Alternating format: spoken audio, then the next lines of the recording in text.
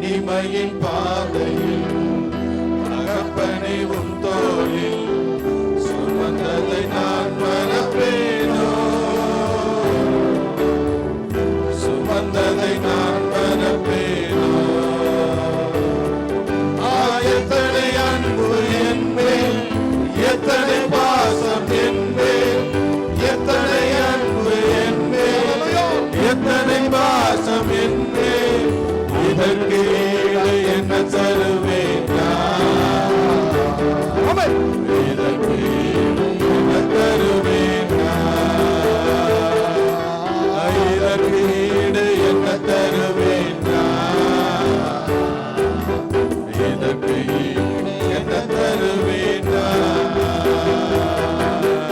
எத்தனை அன்பு என்பேன், எத்தனை பாசம் என்பேன், எத்தனை அன்பு என்பேன், எத்தனை பாசம் என்பேன். இதற்கு ஈடு என்ன தருவேன் நான்? இதற்கு ஈடு என்ன தருவேன் நான்?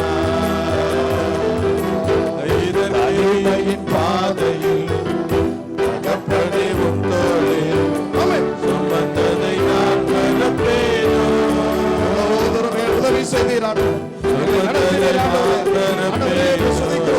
மறக்க மாட்டோம். சுமந்து வந்தேன் தள்ளப்பட்ட சூழ்நிலையிலும் சுமந்து வந்தேன் தகப்பனை போலவே.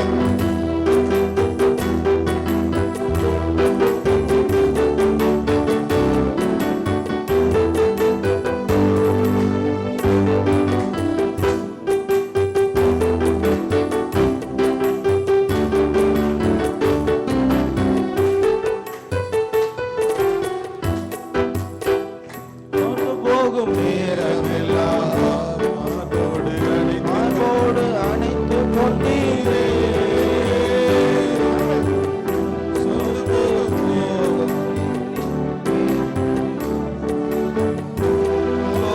அணைத்து கொண்டீரே. கண்ணீரை கணக்கில் வைத்தீரே. ஆறுதல் எனக்கு தந்தீரே. கண்ணீரை கணக்கில் வைத்தீரே. ஆறுதல் எனக்கு தந்தீரே. எத்தனை அன்பு என்பேன், எத்தனை பாசம் என்பேன், எத்தனை அன்பு என்பேன், எத்தனை பாசம் என்பேன். இதற்கு ஈடா என்ன தருவேன் நான்? இதற்கு ஈடா என்ன தருவேன் நான்? இதற்கு ஈடா என்ன தருவேன் நான்? இதற்கு ஈடு என்ன தருவேன் நான்? தனிமையின் பாதையில் தகப்பனை உம் தோளில் சுமந்ததை நான் மறப்பேனோ, சுமந்ததை நான் மறப்பேனோ. தனிமையின் பாதையில் தகப்பனை உம் தோளில் சுமந்ததை நான் மறப்பேனோ, சுமந்ததை நான் மறப்பேனோ. எத்தனை அன்பு என்பேன், எத்தனை பாசம் என்பேன், எத்தனை அன்பு என்பேன், எத்தனை பாசம் என்பேன். இதற்கு ஈடா என்ன தருவேன் நான்? இதற்கு ஈடு என்ன தருவேன் நான்? இதற்கு ஈடு என்ன தருவேன் நான்? இதற்கு ஈடு என்ன தருவேன் நான்?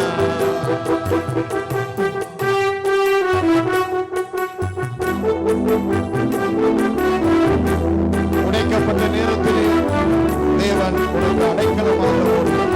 ஆமென். ஆமென்.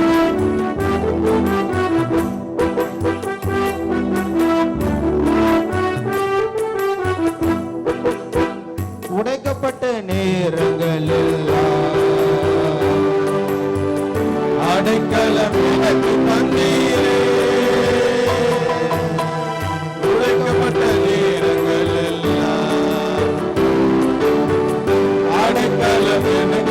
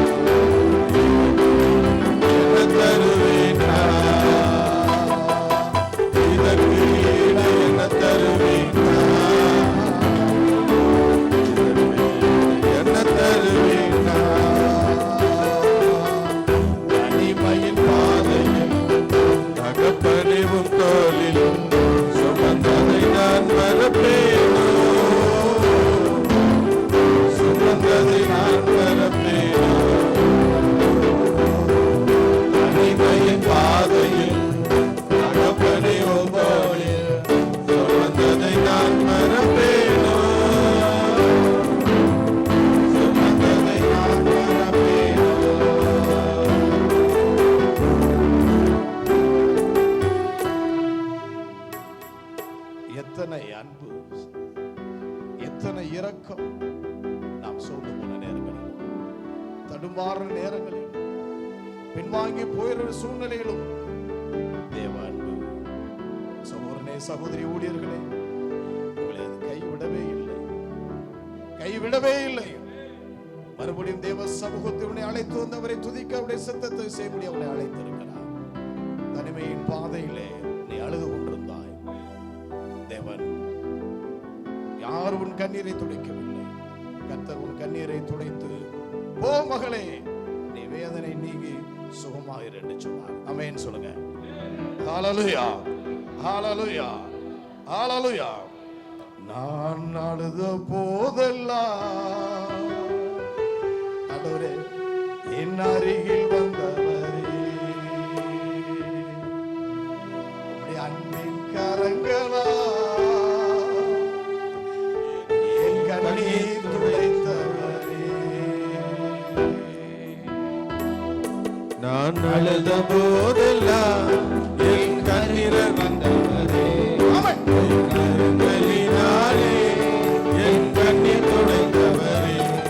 நான் அழுத போதெல்லாம் என் அருகில் வந்தவரே, உங்க கரங்களினாலே என் கண்ணீர் துடைத்தவரே.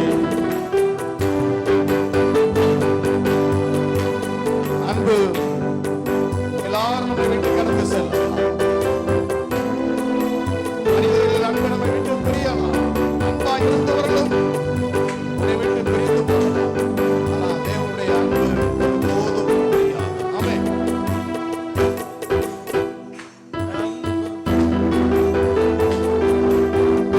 அன்பாயிருப்பேன் என்று சொல்வார்கள், அலட்சியமாயிட்டு போவார்கள்.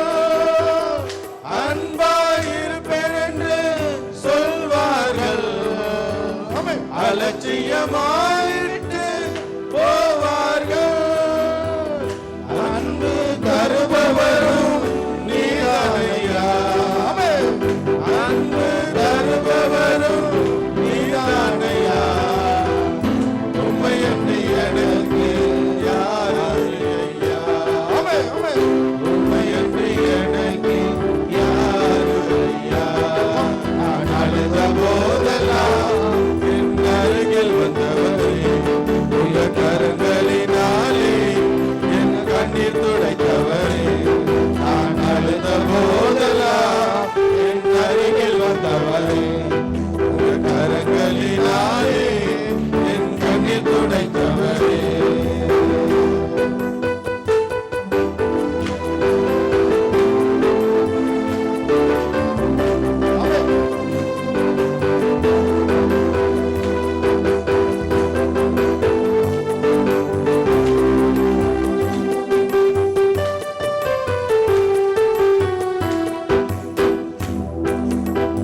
உதவி செய்வேன் என்று சொல்வார்கள், உதவி தள்ளிவிட்டு போவார்கள்.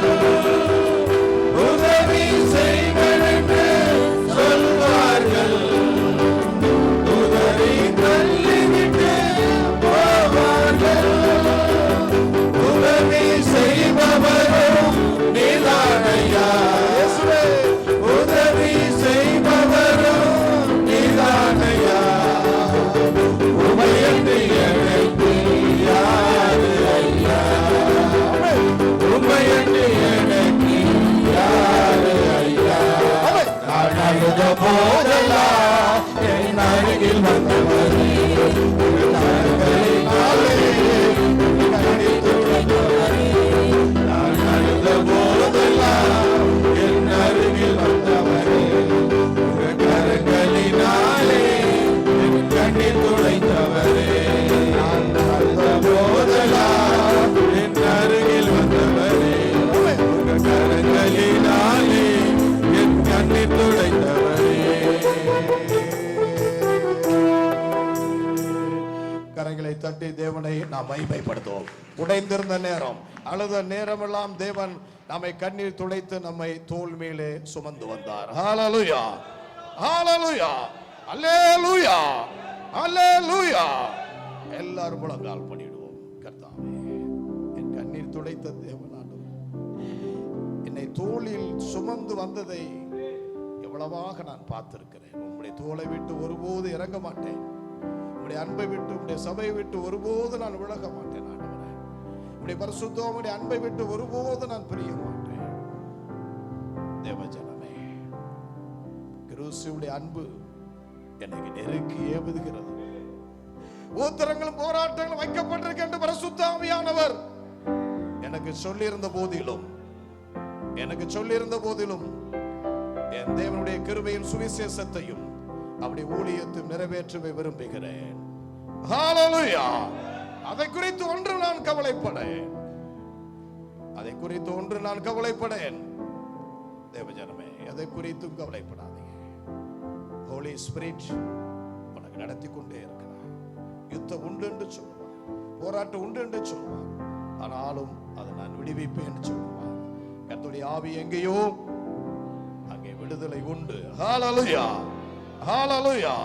அதெல்லாரும் சோதரிப்போம், தேவனை மகிமைப்படுத்துவோம். எல்லாரும் தேவனை சோதரித்து அந்த வேலையை நம்ம ஒப்பு கொடுப்போம்.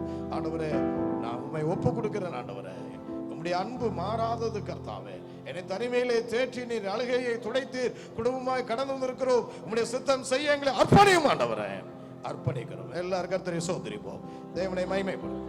எல்லாரும் முழங்கால் பண்ணிக்கிட்டு கர்த்தரை சோதரிப்போம். ஹல்லேலூயா, ஹல்லேலூயா, ஹல்லேலூயா. சோத்ரம், சோத்ரம், சோத்ரம், சோத்ரம், சோத்ரம்.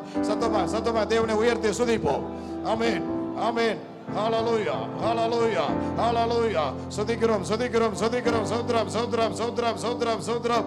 ஹல்லேலூயா, ஹல்லேலூயா, ஹல்லேலூயா, ஹல்லேலூயா, ஹல்லேலூயா, ஹல்லேலூயா, ஹல்லேலூயா, ஹல்லேலூயா, ஹல்லேலூயா, ஹல்லேலூயா. சோத்ரம், ஹல்லேலூயா, ஹல்லேலூயா. இந்த 21 நாள் உபவாச ஜெபங்கள் அது வல்லமையாக இருக்கிறது. நீங்கள் முடிவில் பாருங்கள். போராட்டங்கள், யுத்தங்கள் உண்டு. ஆனாலும் தேவ சமூகத்திலே நாம் ஜெபிக்கும் போது அந்த போராட்டங்களிலிருந்து கர்த்தர் மாற்றுவார்.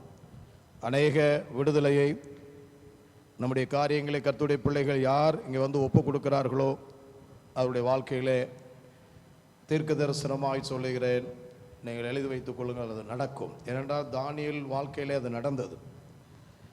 ஆகவே கர்த்தருடைய பிள்ளைகள் எப்படியாவது ஒவ்வொரு நாளிலாவது நீங்கள் கலந்து கொண்டு உங்களுடைய தேவைகளுக்கு ஒப்பு கொடுத்து ஜெபிங்கள். முடிவிலே வெளியிலிருந்து பரிசுத்தவான்களை அழைத்து ஒரு சிறப்பு ஆராதனை நடத்த ஏற்பாடு செய்து கொண்டிருக்கிறோம். அதற்காக ஜெபிக்குமாறு கேட்டுக்கொள்ளப்படுகிறீர்கள். இந்த நாளிலும் நம்ம மத்தியிலே வந்திருக்கிற பாஸ்டர் சேகர் ஐயா, அவர் மும்பையில் இருந்தாங்க, இப்போது சென்னைக்கு குடும்பமாக வந்துட்டாங்க. அடுத்தபடியாக கர்த்தர் சித்தமானால் திருச்சியிலும் அவர்களுக்கு ஊழியம் கேட்டுக்கொண்டிருக்கிறார்கள். ஏற்கனவே ஆவியானவர் 3 வருஷத்துக்கு முன்பாகவே நான் சொல்லியிருக்கிறேன். கர்த்தர் அவ்விதமாக OFT பகுதி அல்லது வேறு எந்த பகுதியிலும் அவர்களுக்கு ஊழியம் கொடுக்க ஆயத்தமாக இருக்கிறோம். இதனாலே அருமையான ஊழியர், பக்தி வைராக்கியமாக இருந்தவர், பெரியாவுடைய தொடர்ந்து அநேக அனுபவங்களை கிட்டத்தட்ட 50 வருஷமாய் கற்றுக்கொண்டவர். நம்மத்திலே தேவ செய்தியை அளித்து இந்த வேளையிலும் நம்மை பலப்படுத்துவாராக. அவரை கரங்களை தட்டி இந்த வேளையிலும் நாம் வரவேற்போம்.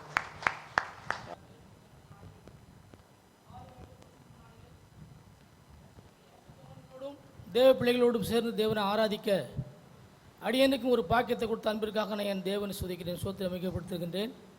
கடந்த நாட்களில் சென்னையிலிருந்து புறப்பட்டு 21 நாள் உபாச கூட்டத்தில் கலந்து கொள்ளும்படியாகவும் தேவ ஆசீர்வாதங்களை அடியனும் பெற்றுக்கொள்ளும்படியாக ஜீவனுள்ள வார்த்தைகளை அடியனுக்கு பேசும்படியாகவும் நேற்று இரவிலே பிள்ளையுடைய பிறந்தநாள் விழாவிலே கொண்டாடும்படியாக தேவன் உனக்கு அடுத்த செய்ததற்காக நான் என் தேவனை சுதிக்கிறேன், சோத்திரம் மிகப்படுத்துகிறேன். இவையெல்லாம் கர்த்தருடைய கிருபை. நாம் ஒன்றும் இல்லை, நாம் மண்ணும் தூளும் சாம்பலுமாக இருக்கின்றோம். ஆனாலும் கர்த்தருடைய கிருபை நம்மளை ஒவ்வொரு நாளும் தாங்கி கொண்டு வருகிறது. கர்த்தருடைய கிருபை இல்லை என்றால் துன்மார்க்கக்கூடிய பல்லுக்கு இரையார்ப்போம் என்ற வார்த்தையின்படி கர்த்தருடைய கிருபை ஒரு நாளும் தாங்கி நம்முடைய ஜீவனை கூட்டு கொடுத்து உண்ணவும் உடுக்கவும் இருக்கும் இடம் கொடுத்து எங்களை ஆசீர்வதித்த தேவனுக்கு நான் நன்றி செலுத்துகிறேன். அவர் கைவிடாத தேவனாக இருக்கிறார். ஹல்லேலூயா. அவர் நம்மை ஒருபோதும் கைவிட மாட்டார். வாசிக்கலாம், ஏசாயா 42ஆம் அதிகாரம் 16ஆம் வார்த்தையை வாசிக்கலாம். 42:16. ஏதாவது எழுந்து நின்று ஒரு வாசிக்கலாம்.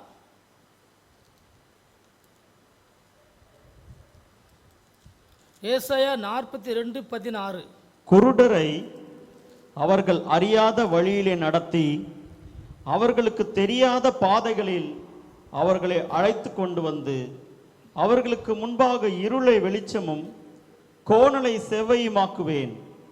இந்த காரியங்களை நான் அவர்களுக்கு செய்து அவர்களை கைவிடாதிருப்பேன். ஆமென், ஹல்லேலூயா.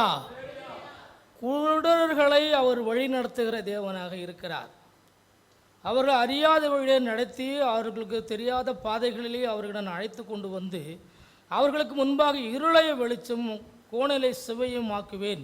இந்த காரியங்களை நான் அவர்களுக்கு செய்வேன், அவர்களை நான் கைவிடாது இருப்பேன் என்று கர்த்தர் சொல்கிறார். ஹல்லேலூயா. குருடர்களை நாம் காண்கின்றோம். குருடர்கள் அவர்கள் கண்ணு தெரியாதவர்களாக அவர்கள் ரோட்டுகளில் நடந்து போகிறார்கள், நடந்து செல்கிறார்கள். ஆனாலும் அவர்களுக்கு எந்த அளவுக்கு நல்ல நேர்பாதை தெரியுது அது நமக்கு கண் தெரிகிறவர்கள் கொடுக்க நமக்கு தெரியாது. ஆனாலும் கர்த்தர் அவர்களுக்கு ஞானத்தை அறிவை கொடுத்திருக்கிறார். சரியான பாதையிலே அவர்களை கர்த்தர் நடத்தி செல்கின்றார். ஹல்லேலூயா. நாம் ட்ரெயினில் தடவும் ஓடி ஏறுவோம், ஆனாலும் அவர்கள் கரெக்டாக போய் அந்த கேபின்லேயே உட்கார்ந்து சீட்டுகளை அவர்கள் பார்க்கிறார்கள். ஆனாலும் கர்த்தர் அவர்கள் குருடராக இருந்ததிலும் அவர்களை பாதுகாத்து அவர்கள் வழிநடத்தி நான் அவர்களை கைவிடாது இருப்பேன் என்று கர்த்தர் சொல்கிறார். அவர் நம்மை கைவிடாது இருக்கிற தேவனாக இருக்கிறார். கோளநாளவுகளை நான் செவியாக்கி நேரையான பாதைகளை நான் கொண்டு போய் அவர்களை சேர்ப்பேன் என்று சொல்கிறார். ஹல்லேலூயா. கோணலான வகையான பாதைகளிலே நான் நேர் வழியாக அவர்கள் நடத்தி கொண்டு நான் அவர்களை கைவிடாது இருப்பேன். நம்மை ஒருபோதும் கைவிடாத தேவனாக இருக்கிறார். நாம் எதற்கும் கவலைப்படாமலும் கலங்காமலும் இருக்க வேண்டும். நம்மை ஒருபோதும் அவர் கைவிடவே மாட்டார். கர்த்தர் எப்போதும் நம்மோடு கூட இருக்கிறவராகவே இருக்கிறார். அவருடைய நாமம் இருக்கிறவராக நான் இருக்கிறேன் என்று சொல்லியிருக்கிறது. ஆகையால் நம்மை ஒருபோதும் அவர் கைவிட மாட்டேன் என்று சொல்கிறார். ஆபிரகாமை அழைத்து அவன் ஒருவனாக இருக்க நான் அவரை ஆசீர்வதித்தேன் என்று ஆண்டவர் சொல்லுகிறார். அல்லேலூயா. அவர் ஆபிரகாம் ஒருவனாக இருந்தபோது நான் அவனை அழைத்து வந்து நான் அவனை ஆசீர்வதித்து நான் அவனை கைவிடாது இருந்தேன் என்று கர்த்தர் சொல்லுகிறார். ஆகையால் ஆபிரகாமின் ஆசீர்வாத நோக்கங்கள் காரணங்கள் அதிகமாக காணப்படுகின்றது. அவர் கர்த்தருக்கு கீழ்ப்படிந்தவராய், கர்த்தருடைய சொல்லுக்கு கீழ்ப்படிந்தவராய், விசுவாசம் உள்ளவராய் இந்த உலகத்திலே வாழ்ந்து கொண்டிருந்தார். ஆகையால் அவர் அதிகமாக கர்த்தர் அவரை ஆசீர்வதித்தார். அடுத்தபடியாக அவர் தசமமாகவும் கர்த்தருக்கு செலுத்தினார். அவர் அநேக ஆசீர்வாதங்களை பெற்றுக்கொண்டார் என்று பார்க்கிறோம். மெல்கிதேசுக்கு அவருக்கு தசமங்களை காணிக்கைகளை கொடுத்து அவர்களை ஆசீர்வதித்தார். எல்லா முதல் பணங்களையும் அவர் எல்லாருக்கும் கொண்டு வந்து அவர் கர்த்தருக்கு படைத்து ஆசீர்வாதத்தை அவர் பெற்றுக்கொண்டார். நம்முடைய ஆசீர்வாதங்கள் அதிகமாக பெற வேண்டும் என்றால் நாம் கர்த்தருடைய காணிக்கைகளை தசமமாக காணிக்கைகளை பண்டைய சாலையை கொண்டு சேர்க்க வேண்டும். அவர் அப்போது நம்மை ஆசீர்வதிவார். ஆபிரகாமை கைவிடாதிருந்து அவரை ஆசீர்வதித்தேன். அவன் ஒருவனாக இருக்கையில் அவனை அழைத்து வந்து நான் அவனை ஆசீர்வதித்தேன் என்று கர்த்தர் சொல்கிறார். நான் உன்னை ஆசீர்வதித்து உன்னை பெருக பண்ணி நான் உன்னை உயர்த்துவேன், உன்னை ஆசீர்வதிப்பேன், உன் சந்ததியை பெருக பண்ணுவேன் என்ற தேவன் நம்முடைய சந்ததியும் அவர் பெருக பண்ணுகிறாய், நம்மை ஆசீர்வதிக்க தேவனாக இருக்கிறார். ஆகியால் தேவனுடைய பிள்ளைகளை நாம் ஒருபோதும் அவர் கைவிடாத தேவனாக இருக்கிறார். கைவிடவே அவர் நம்மை மாட்டார். வாசிக்கலாம். சங்கீதம் 78ஆம் அதிகாரம் 70-72 வாசிக்கலாம். தம்முடைய தாசனாகிய தாவீதை தெரிந்து கொண்டு ஆட்டு தொழுவங்களிலிருந்து அவனை எடுத்தார். கரவல் ஆடுகளின் பின்னாக திரிந்த அவனை தம்முடைய ஜனமாகிய யாக்கோபையும் தம்முடைய சுதந்திரமாகிய இஸ்ரவேலையும் மேய்ப்பதற்காக அழைத்து கொண்டு வந்தார். அல்லேலூயா. தாவீது ராஜா குறித்து நாம் வாசிக்கின்றோம். அவர் பயங்கர பராக்கிரமசாலியாய் ஊழியம் செய்து கொண்டு வந்தார். ஆனாலும் அவர் ஆடுகளின் மாடுகளின் பின்னே அலைந்த அவரை கைவிடாது இருந்து அவர் எடுத்து வந்து இஸ்ரவேல் மேல் அவரை ராஜாவாக உயர்த்தினார். அல்லேலூயா. அவர் இஸ்ரவேலை ஆளும்படியாக அவரை உயர்த்தினார் என்று நாம் பார்க்கிறோம். கடவுளின் பின்னாக திரிந்து அவனை தம்முடைய சனமாகிய யாக்கோபையும் தம்முடைய சோதரமாகிய இஸ்ரவேலையும் மேய்ப்பதற்காக அவர் அழைத்து கொண்டு வந்தார். அவரை கைவிடாதிருந்த தேவன், அவர் கைவிடாது இருந்து அவரை அழைத்து கொண்டு வந்து அவரை மேன்மைப்படுத்தி இஸ்ரவேலருக்கும் யாக்கோப்புக்கும் ராஜாவாக ஏற்படுத்தி நான் அவனை உயர்த்தினேன் என்று கர்த்தர் சொல்கிறார். அல்லேலூயா. நம்மை கர்த்தர் உயர்த்துவராக இருக்கிறார். நான் நினைக்கலாம் நம்மை கைவிட்டு விட்டாரோ என்று நாம் ஒருபோதும் நினைக்கக்கூடாது. ஆனால் கர்த்தர் நம்மை உயர்த்துகிறாய், நம்ம புகழ்ச்சியாகிறார், நம்ம உயர்த்தி நம்மை ஆசீர்வதிக்கிறவராகவே இருக்கிறார். கர்த்தர் நம்மை கைவிடவே மாட்டார் என்று வேதம் சொல்லுகிறது. ஆடுகளின் மாடுகளின் பின்னே அழிந்த தாவீது ராஜாவை அவர் அழைத்து கொண்டு வந்து அவரை இஸ்ரவேலை மேய்ப்பதற்காக அவரை ராஜாவாக ஏற்படுத்தினார். 2 சாமுவேல் 7ஆம் அதிகாரம் 8-9 நாம் வாசிக்கின்ற பொழுது வாசிக்கலாம். 2 சாமுவேல் 7ஆம் அதிகாரம் 8-9. இப்போதும் நீ என் தாசனாகிய தாவீதை நோக்கி, சேனைகளின் கர்த்தர் சொல்லுகிறது என்னவென்றால், நீ இஸ்ரவேல் என்கிற ஜனங்களுக்கு அதிபதியாயிருக்கும்படி ஆடுகளின் பின்னே நடந்த உன்னை ஆட்டு மந்தையை விட்டு எடுத்து நீ போன எவ்விடத்திலும் உன்னோடு இருந்து உன் சத்துருக்களை எல்லாம் உனக்கு முன்பாக நிர்மூலமாக்கி பூமியில் இருக்கிற பெரியோர்களின் நாமத்திற்கு ஒத்த பெரிய நாமத்தை உனக்கு உண்டாக்கினேன். ஆமென், அல்லேலூயா. இப்போதும் நீ என் தாசனாகிய தாவீதை நோக்கி சேனைகளின் கர்த்தர் சொல்லுகிறது என்னவென்றால், நீ இஸ்ரவேல் என்கின்ற ஜனத்துக்கு அதிபதியாக இருக்கும்படிக்கு ஆடுகளின் பின்னே நடந்த உன்னை நான் ஆட்டு மந்தையை விட்டு எடுத்து நீ போன எவ்விடத்திலும் உன்னோடு இருந்து உன் சத்துருக்களை எல்லாம் உனக்கு முன்பாக நிர்மூலமாக்கி பூமியில் இருக்கிற பெரியோரின் நாமத்தை ஒத்த பெரிய நாமத்தை உனக்கு கொடுக்கிறேன் என்று கர்த்தர் சொல்கிறார். என் ஜனமாகிய இஸ்ரவேலை நான் மேய்க்கும்படியாக நான் உன்னை ஆடு மாடுகளே காடுகளில் இருந்த உன்னை நான் உன்னை ராஜாவாக ஏற்படுத்தினேன் என்று சொல்லுவார். ஹல்லேலூயா. நாம் எல்லாரும் ராஜாக்களாக, ஆசாரியர்கள், லேவியர்களாக நாம் காணப்படுகின்றோம். கர்த்தர் யார் என்று தெரியாமல் ஒரு காலமும் செய்ய மாட்டார். நம்ம ஆடுகளின் மாடுகளின் பின்னே நம்ம இருந்த நம்மை எடுத்து பெரிய ராஜாவாக நான் அவனை உயர்த்தினேன், நான் வைத்திருக்கிறேன் என்று சொல்லுகிறார். ஹல்லேலூயா. நம்மை ராஜாவாக வைத்திருக்கிறார். இயேசு கிறிஸ்துவை கேட்டார்கள், நீ ராஜாவா என்று கேட்டா, நீ சொல்லுகிறபடி நான் ராஜாதான் என்று சொன்னார். நம்முடைய ராஜாவுடைய, நாம் எல்லாருமே ராஜாவுடைய பிள்ளைகள் தான். யாரும் வந்தது இது கிடையாது. கர்த்தருடைய பிள்ளைகள் யாவருமே தேவ பிள்ளைகளாக இருக்கின்றோம், ராஜாக்களாக இருக்கின்றோம். நம்மை எடுத்து அவர் உயர்த்துகிறவராக இருக்கிறார், நம்மை எடுத்து உபயோகப்படுத்துகிறவராக நாம் காணப்படுகின்றோம். ஆகிய தேவனுடைய பிள்ளைகளே, நம்மை கர்த்தருடைய அழைத்த நோக்கம் என்ன? நாம் எதற்காக நாம் அழைக்கப்பட்டிருக்கின்றோம்? நாம் எதற்காக ரட்சிக்கப்பட்டிருக்கின்றோம்? பெயருக்காக ரட்சிக்கப்பட்டிருக்கிறோமா? இல்லை. கர்த்தருடைய நாமத்தை நாம் எங்கும் சொல்லுகிறவர்களாய், எங்கு பிரஸ்தாபப்படுத்துகிறவர்களாய் நாம் காணப்பட வேண்டும். கலாத்தியர் 6ஆம் அதிகாரம் 14 நினைக்கிறேன். கலாத்தியர் 6ஆம் அதிகாரம் 14 நாம் வாசிக்கின்ற பொழுது, நானோ நம்முடைய கர்த்தராகிய இயேசு கிறிஸ்துவின் சிலுவை குறித்து இல்லாமல் வேறொன்றையும் குறித்து மேலும் பாராட்டாதிருப்பனாக, அவரால் உலகம் எனக்கு சிலுவையில் அறைந்திருக்கிறது, நானும் உலகத்தில் சிலுவையில் அறைந்திருக்கிறேன் என்று அப்போஸ்தலன் சொல்கிறார். ஹல்லேலூயா. அவரால் உலகம் நமக்காக சிலுவையில் அறையப்பட்டிருக்கிறது. அந்த சிலுவையை நாம் பெற்றுக்கொண்டிருக்கிறோம். ஐயா சொன்னா, கிறிஸ்துவின் அன்பை விட்டு நம்மை பிரிப்பவன் யார்? வியாகுலமோ, பட்டினியோ, பசியோ, நிர்வாணமோ, நாசமோசமோ, எல்லாவற்றையும் நம்ம கிறிஸ்துவின் அன்பை விட்டு நம்மை பிரிப்பவன் யார்? கிறிஸ்து ஒரு மனிதனுக்குள்ளே அன்பாக இருந்தால் யாரும் அவனை விட்டு ஒன்றுமே பிரிக்கவே முடியாது. அவன் பசியோ, பட்டினியோ, நிர்வாணமோ, நாசமோசமோ எல்லாவற்றிலும் இருந்து கிறிஸ்துவின் நம்மை விட்டு நம்மை பிரிக்க முடியாது என்று அப்போஸ்தலர் சொல்கிறார். நாம் கிறிஸ்துவனுடைய அன்பு நம்ம உள்ளத்திலே இருந்தால் நம்ம யாருமே எதுவும் செய்ய முடியாது, ஒன்றுமே பிரிக்க முடியாது. கர்த்தராகிய இயேசு கிறிஸ்து நமக்காகப்பட்ட பாடுகளை நாம் தியானிக்க வேண்டும். அவர் நமக்காகப்பட்ட தியாகங்களை நாம் தியானிக்க வேண்டும். அவர் நமக்காக எதற்காக பாடுபட்டார்? நம்முடைய பாவங்கள், அக்கிரமங்களை மீட்கும்படியாக தம்மை தாமே நமக்காக ஒப்பு கொடுத்து சிலுவையில் அறைந்தார் என்று நாம் வேதத்திலே வாசிக்கின்றோம். ஆகிய தேவனுடைய பிள்ளைகளே, நாம் எதற்குமே எல்லாவற்றிற்கும் கர்த்தராகிய இயேசு கிறிஸ்துவே நினைத்து கொண்டிருக்கிறாய் நாம் காணப்பட வேண்டும். என்னுடைய வாழ்க்கையில் அநேக காரியங்கள், கஷ்டங்கள், நஷ்டங்கள், தீமைகள், சந்தோஷங்கள்,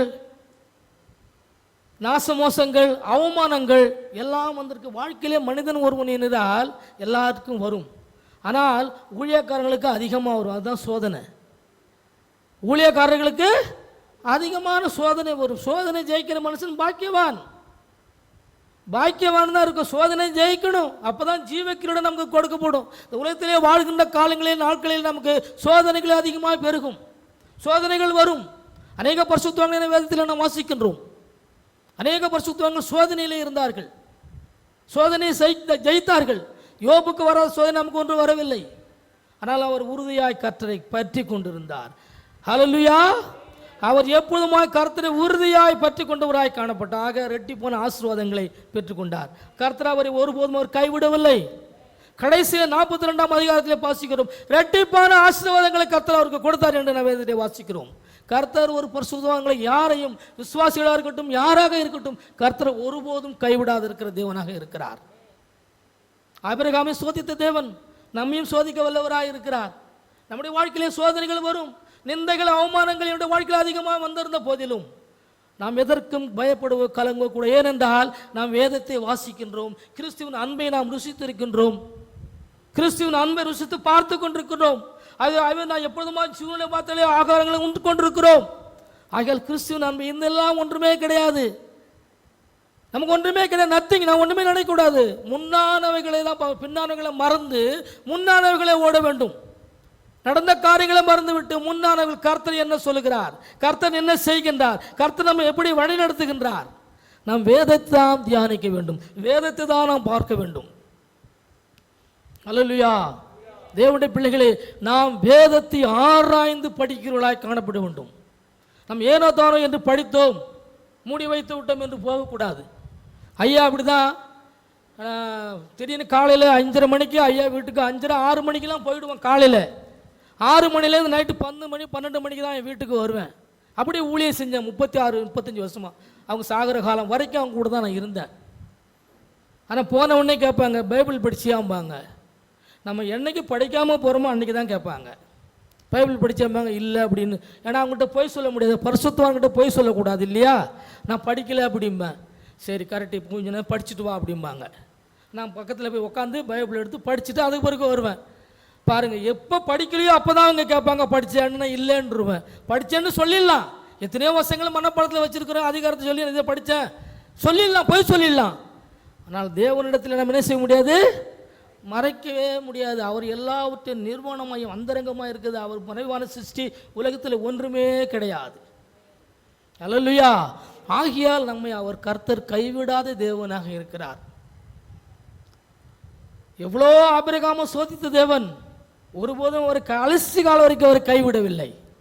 சோதனை எவ்வளவோ வந்தது, நிந்தைகள் வந்தது, அவமானங்கள் வந்தது, எத்தனையோ காரியங்கள் வந்த போதிலும் அவர் உன்னுடைய புத்திரனாகிய இசாக்கை எனக்கு ஒப்புக்கூடி என்று சொன்னார். ஆனாலும் அவர் சோர்ந்து போகாமல் கர்த்தருடைய வார்த்தை கீழ்ப்படிந்து அந்த சோதனையும் ஜெயித்து அவர் பெரிய ராஜாவாக மாறினார். அல்லேலூயா. மற்றவர்களுடைய குடும்பங்கள் எல்லாம் ஆகாரம் கொடுத்தவராக காணப்படுகிறார்.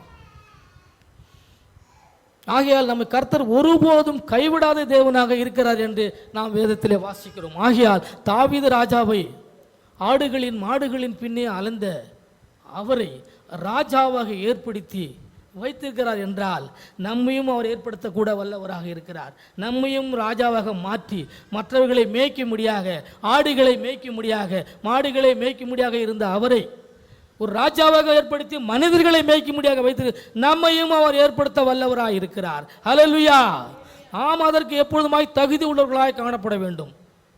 அவரே அபிஷேகம் பண்ணின போது எல்லாம் இவர் கிடையாது, இவர் கிடையாது. இன்னும் ஒரு பையன், அவன் ஆடு மாடுகளை மேய்த்து கொண்டு வனாந்தரத்தை திரிந்து அலைந்து கொண்டிருக்கிறான், அவனை கூப்பிட்டுட்டு வாய்ந்தார், இவன் தான் அவனை ஆசீர்வதி. அல்லேலூயா. நம்ம கர்த்தரை ஆசீர்வதிக்கிறவராக இருக்கிறார், நம்ம உயர்த்துகிறவராக இருக்கிறார். அதற்கு நாம் தடையாக இருக்கக்கூடாது. அவனை உடனே ஆசீர்வதித்தார், அவனை ராஜாவாக அபிஷேகம் பண்ணினார்.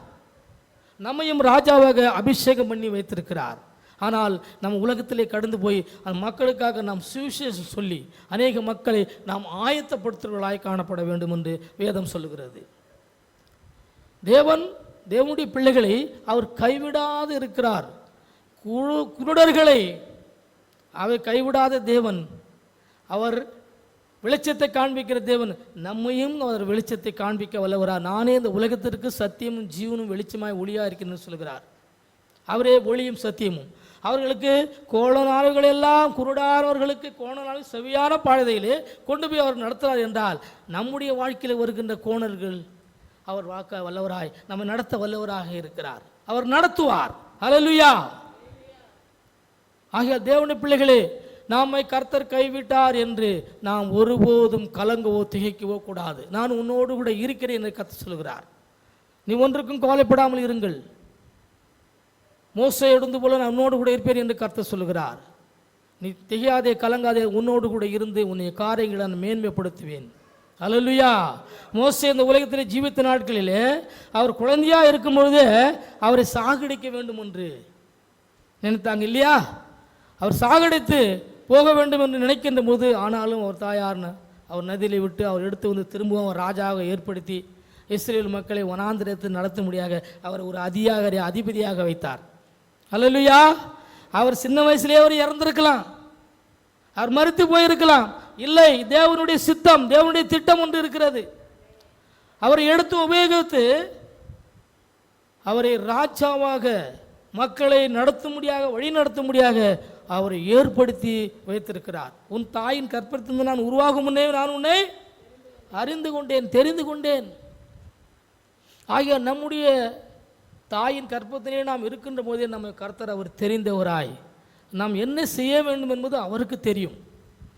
அவர் நிர்ணயித்து வைத்திருக்கிறார். எப்பொழுது என்ன செய்ய வேண்டும், எப்பொழுது அவங்களை ஆசீர்வதிக்க வேண்டும், எப்பொழுது அவர்களை உயர்த்த வேண்டும் என்று அவர் நிர்ணயித்து வைக்கிறார். நம்ம நினைக்கிற மாதிரி நம்ம ஆசீர்வதிக்கப்பட வேண்டும், நம்ம உயர்த்தப்பட வேண்டும், நாம் பெரியவர்களாக மாற வேண்டும் நினைத்தால் நத்திங்க ஒரு காலமும் முடியாது. கர்த்தருடைய சித்தம் இன்னது என்று அறிந்து நாம் நடக்க வேண்டும். கர்த்தருடைய சித்தம் தான் நடக்கும் ஒழிய மனிதர்கள் நினைக்கிற மாதிரி நாம் நினைக்கிற மாதிரி ஒன்றுமே நடக்காது.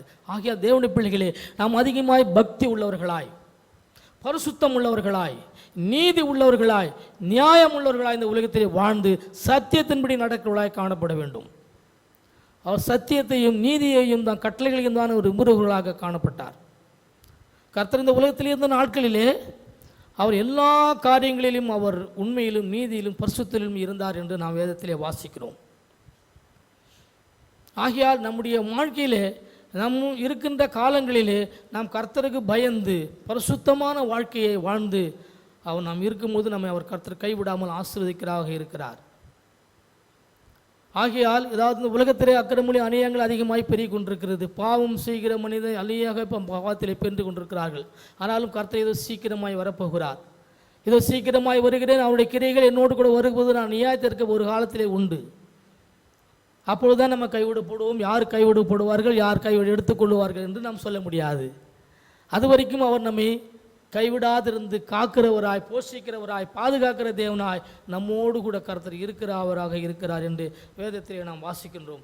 ஆகிய தேவனுடைய பிள்ளைகளே, குருடர்களை வழிகாட்டுகிற தேவன் நமக்கும் அவர் வழிகாட்ட வல்லவராய் இருக்கிறார் என்று நாம் வேதத்திலே வாசிக்கின்றோம். ஏசாயா 41ஆம் அதிகாரம் 17 வாசிக்கலாம். 17, 19, 20 வாசிக்கலாம். சிறுமையும் எளிமையுமானவர்கள் கண்ணீரை தேடியும் அது கிடையாமல் அவர்கள் தான் நாவு தாகத்தால் வரலும் பொழுது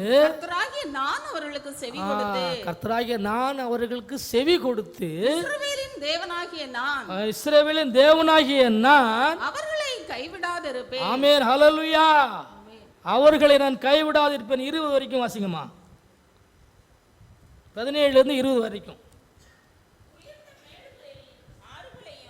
பள்ளத்தாக்குகளின் நடுவே ஊற்றுகளையும் திறந்து வனாந்தரத்தை தண்ணீர் தடாகமாகவும் வறண்ட பூமியை நீர்க்கேணிகளுமாக்கி வனாந்தரத்திலே கேதுர் மரங்களையும் சித்தி மரங்களையும் மிருது செடிகளையும் ஒலிவ மரங்களையும் நட்டு அவாந்தர வெளியிலே தேவதார விருட்சங்களையும் பாய்மர விருட்சங்களையும் புன்னை மரங்களையும் உண்டு பண்ணுவேன். கர்த்தருடைய கரம் அதை செய்தது என்றும் இஸ்ரவேலின் பரிசுத்தர் அதை படைத்தார் என்றும் யாவரும் கண்டு உணர்ந்து சிந்தித்து அறிவார்கள். ஆமென், ஹல்லேலூயா. சிறுமையும் எளியமானவர்கள் தண்ணீரை தேடி அதை கிடையாமல் அவர்கள் நாவு தாகத்தால் வறண்ட போதும் கர்த்தராகிய நான் அவர்களுக்கு செவி கொடுத்து இஸ்ரவேல் தேவனாகிய நான் அவர்களை கைவிடாது இருப்பேன் என்று கர்த்தர் சொல்லுகிறார். ஹல்லேலூயா.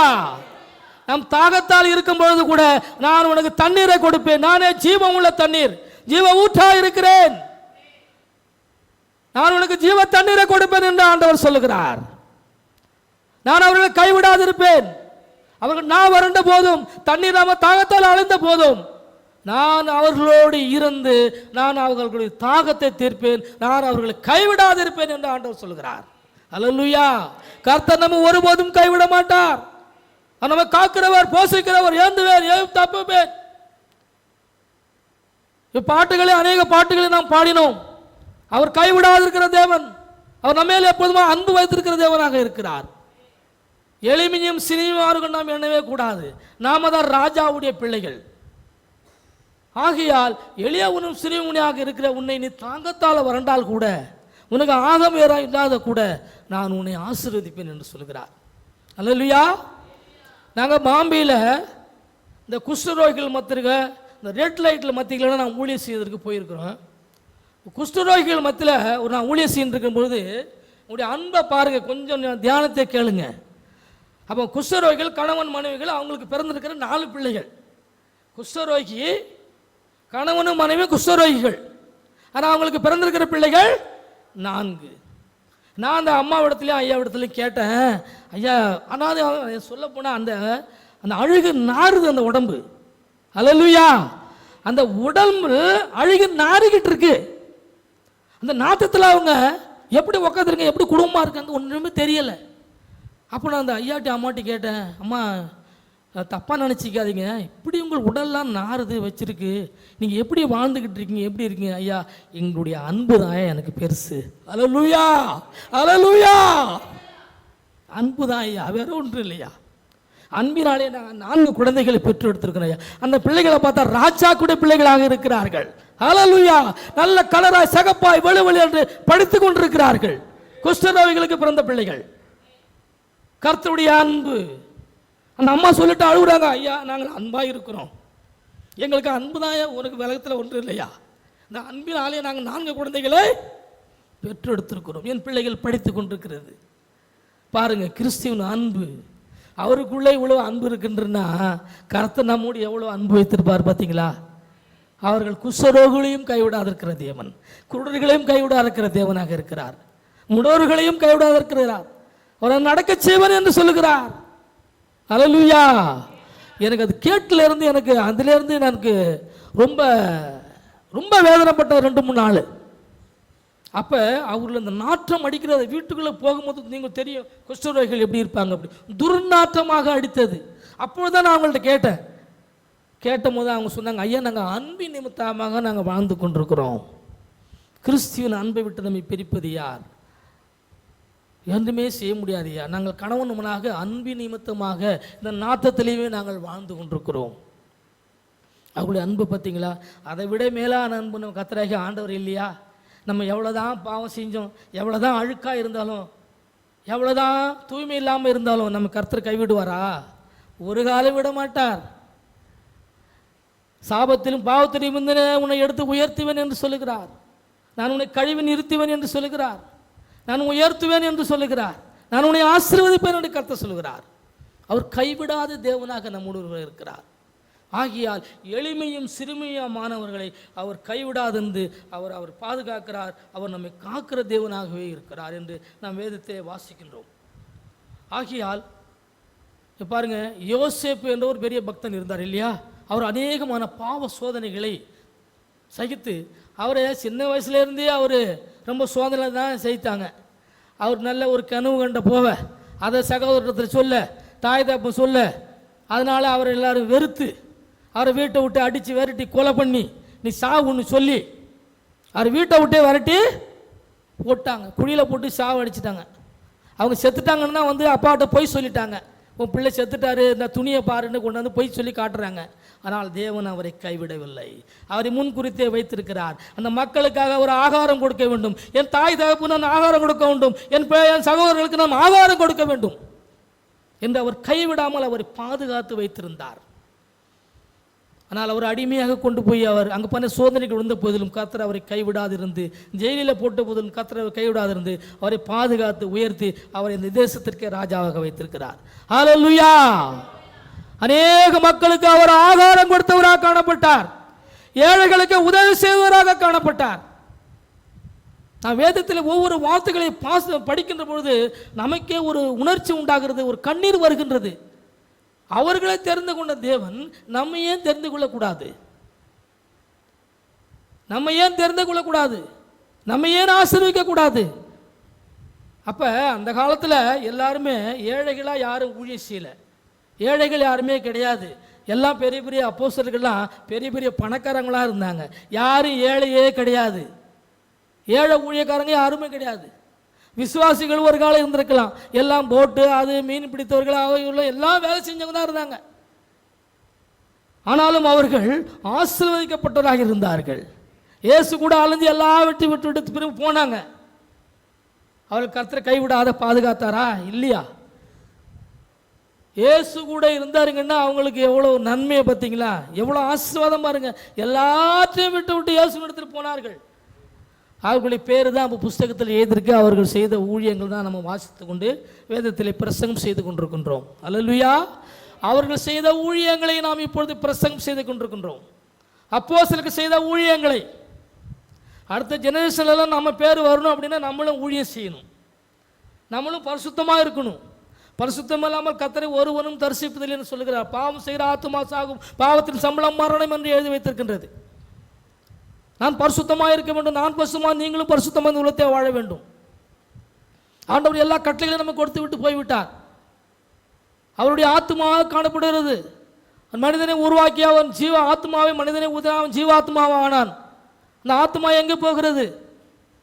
அந்த பரிசுத்தத்துக்குமா நரகத்திற்கு போகிறதா இல்லை பரலோகத்திற்கு போக வேண்டுமா? நம்ம தான் டிசிஷன் பண்ண வேண்டும். அதை நாம் பரிசுத்தமாய் வாழ வேண்டும். கர்த்தர் நமக்கு கட்டளையிட்டு இருக்கிறார். அல்லேலூயா. நான் ஐயா கூட இருக்கும்போது நான் அதை சொல்ல வேண்டிய அவசியம் இல்லை. ஐயா கூட இருக்கும்போது அநேக காரியங்களை ஐயா சொன்னாங்க, கற்றுக்கொண்டேன். அநேக காரியங்களை நான் கற்றுக்கொண்டு அநேக காரியங்களை அதில் வெளியில் சொல்ல முடியாது. நேரங்கள் காலங்கள் வரும்பொழுது தான் அதை நாம் சொல்ல வேண்டும். இப்போ ஐயா பிரசங்கம் பண்ணுக்கு சொன்னாங்க, அங்கே இருக்கும்போது நீங்கள் ஆயத்தமாக வாங்க அப்படின்னு. ஒரு கதையை மட்டும் சொல்கிறேன். ஒரு பெரிய பரிசுத்தவான் வெளிநாடுக்கு ஊழியத்திற்காக சென்று விட்டார். இது உண்மையாக நடந்த கதை. அங்கு சென்ற பிறகு திரும்ப வர வேண்டும். இங்கே ஒரு மேரேஜ் இருக்குது, அந்த மேரேஜை நடத்த வேண்டும், இந்த குறிப்பிட்ட நேரத்தில் நான் வருவேன் என்று சொல்லிவிட்டு அங்கே வெளிநாடுகளுக்கு ஊழியத்திற்கு சென்று விட்டார். அங்கே கடந்த பொழுது டிக்கெட்லாம் ஃப்ளைட்லாம் எடுத்து ஏர்போர்ட்டில் வந்து நிற்கும் போது திடீரென்று ஒரு ஃபோன் வருது, ஐயா ஃப்ளைட்டில் போகாதீங்க, ஒரு குழந்தை இறந்துச்சு, நீங்கள் தான் அதை அடக்கம் பண்ணிட்டு போகணும் அப்படின்ட்டு வேறு ஒரு செய்தி வருது. இங்கே மேரேஜுக்கு வரணும், அங்கே அடக்க செய்தி. சரி நான் வரேன், நீங்கள் தாயா வந்து அடக்கம் பண்ணணும் அப்படின்னு அங்கே உள்ள ஊழியக்காரங்கள் கேட்டதுனால கண்டிப்பாக நான் வரேன்ட்டு டிக்கெட்டை கேன்சல் பண்ணிட்டு திரும்பி அந்த நாட்டுக்கு போய் அந்த பிள்ளைகளை அடக்கம் பண்ணி இருக்கிறார். எங்கே ஒரு பெரிய கன்வென்ஷனில் அந்த கன்வென்ஷனில் பேசினா அவர் கன்வென்ஷனில் பேசக்கூடிய நேரத்தில் டைம் போய்கிட்டே இருக்குது. இங்கேருந்து ஃபோன் வருது, ஐயா எத்தனை மணிக்கு வரீங்க? 6 மணிக்கு வந்துடுவீங்களா? நான் வந்துடுவேன். அல்லேலூயா. இருக்கிறாரு வெளிநாட்டில், இந்தியாவில் பேசுகிற தமிழ்நாட்டில், ஐயா வந்துடுவீங்களா? வந்துடுவேன். ஐயா இன்னும் 2 மணி நேரம் தான் இருக்குது, எந்த ஏர்போர்ட்டில் இறங்கிட்டீங்களா? வந்துடுவேன், நான் பிரசங்கம் பண்ணுவேன். அல்லேலூயா.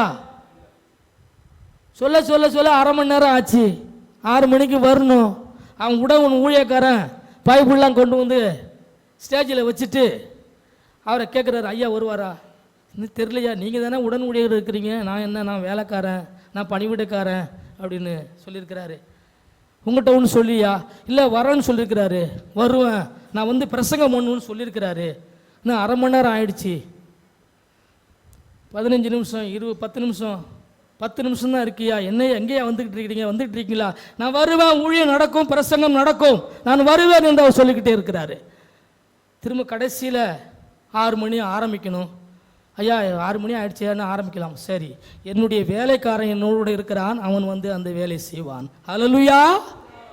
என்னுடைய வேலைக்காரன், என்னுடைய ஊழியக்காரன், என்னுடைய அடிமையான ஊழியக்காரன் அங்கே இருக்கின்றான், அவன் வந்து அந்த ஊழியத்தை செய்வான், அவன் பிரசங்கம் பண்ணுவான் என்று அந்த சீஃப் பாஸ்டர் சொல்லிட்டார். காரணம் என்னன்னா, அந்த வேலைக்காரன் அடிமையாக ஊழியம் செய்கிறவன் அவன் ஒரு சீஃப் பாஸ்டருடைய பையன், ஒரு சீஃப் பாஸ்டருடைய பையன். இதை சொல்லாமே அவன் போய் அவரிடத்துல ஊழியம் கேட்டிருக்கான். ஐயா எனக்கு ஏதாவது ஊழியம் கொடுங்க. எனக்கு ஊழியம் இல்லைப்பா. ஐயா நான் துடைக்கிற ஊழியம் கொடுங்க. இல்லை. ஐயா உங்கள் துணியை துவைக்கிற ஊழியம் கொடுங்க. இல்லைப்பா, எல்லாத்துக்கும் ஆள் இருக்குது. ஐயா ஏதாவது எனக்கு ஊழியம் கொடுங்க, ஐயா உங்கள்கிட்ட நான் கற்றுக்கொள்ளணும் அப்படின்னு அவன் வேண்டி கொண்டிருக்கான். அதனால் ஒரு ஊழியத்தை கொடுத்து வச்சிருந்தார். ஒரு நாள் இடையில அவன் ரூமுக்கு போகும்போது பெட்டியை பார்த்து திடீர்னு கீழே விழுந்து அவன் சர்டிஃபிகேட் எடுத்து பார்த்தா இன்னாருடைய மகனுடைய எழுதிருக்கு, பெரிய பயங்கர டாக்டர் பட்டத்துக்கு படிச்சிருக்கிறான். ஆனாலும் வந்து நம்ம துணியை துவை. இப்போ ஆத்துமாக்கள் உதவிகளாக அப்படின்னா நம்ம ஊழியம் சுவிசேஷம் சொல்லி ஆத்துமாக்களை ஆதாயம் செய்வர்களாக காணப்பட வேண்டும். ஆத்துமாக்கள் குறைவுள்ளவர்களாக காணப்படுகிறார்கள். ஆகையால் சுவிசேஷம் கடந்து போய் சென்று அநேகளை சுவிசேஷ பிள்ளைகளாய் மாற்றி ரட்சிப்புகளை வழிநடத்தி தேவ சமூகத்திலே கொண்டு நிறுத்துவர்களாய் காணப்பட வேண்டும். ஒரு ஆத்மா ஒரு மாதத்திற்கு ஒரு ஆட்களை கொண்டு வந்து கூட நாம் நிறுத்தினால் கூட அது ஆலயம் நிரம்பத்தக்கதாக காணப்படுகிறது.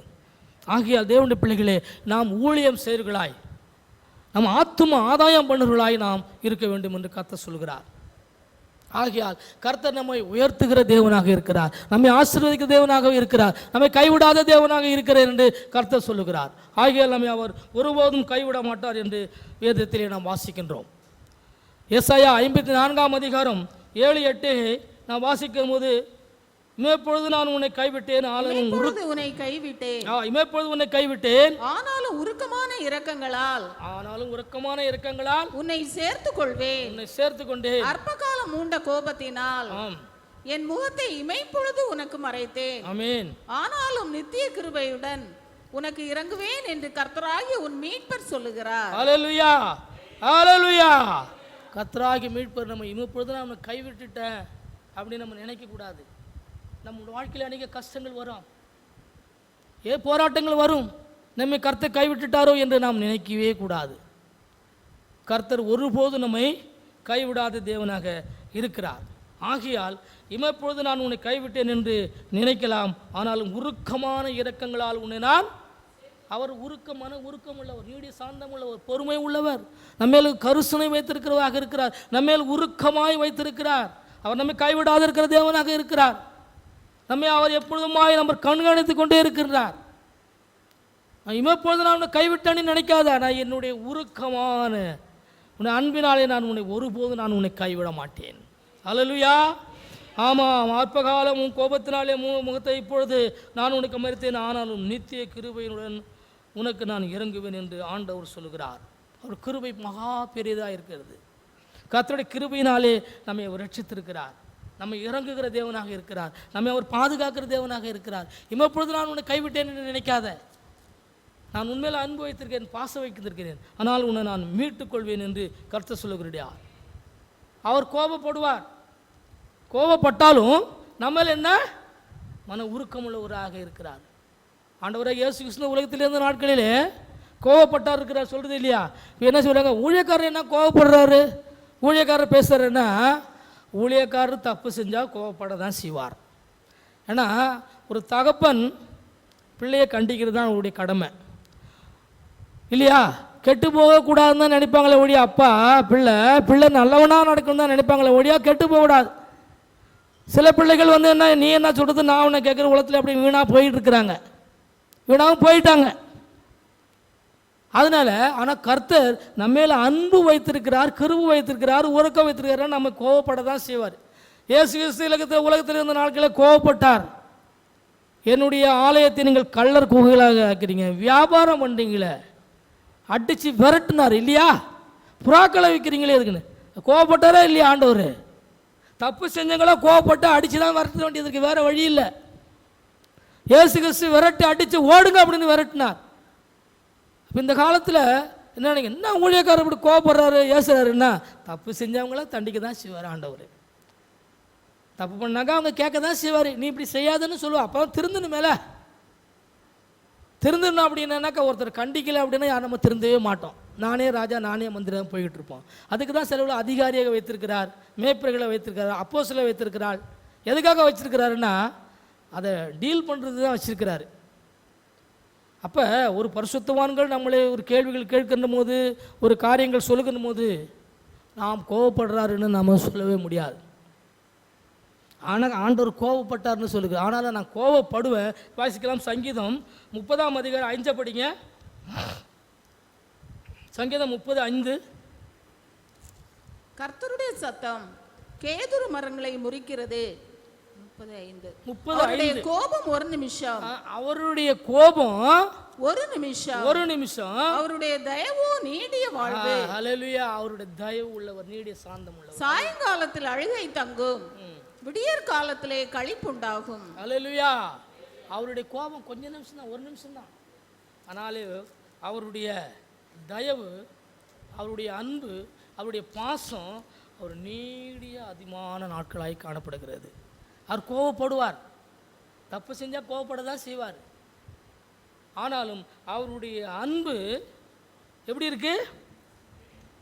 அவருடைய கோபம் ஒரு நிமிஷம்தான், அவருடைய தயவு நீடிய வாழ்வாக. அவர் நம்ம தயவு நினச்சிட்டாருன்னா நம்ம நீடிய வாழ்க்கையாக வாழ்ந்துக்கிட்டே போகலாம், சொல்லவே முடியாது.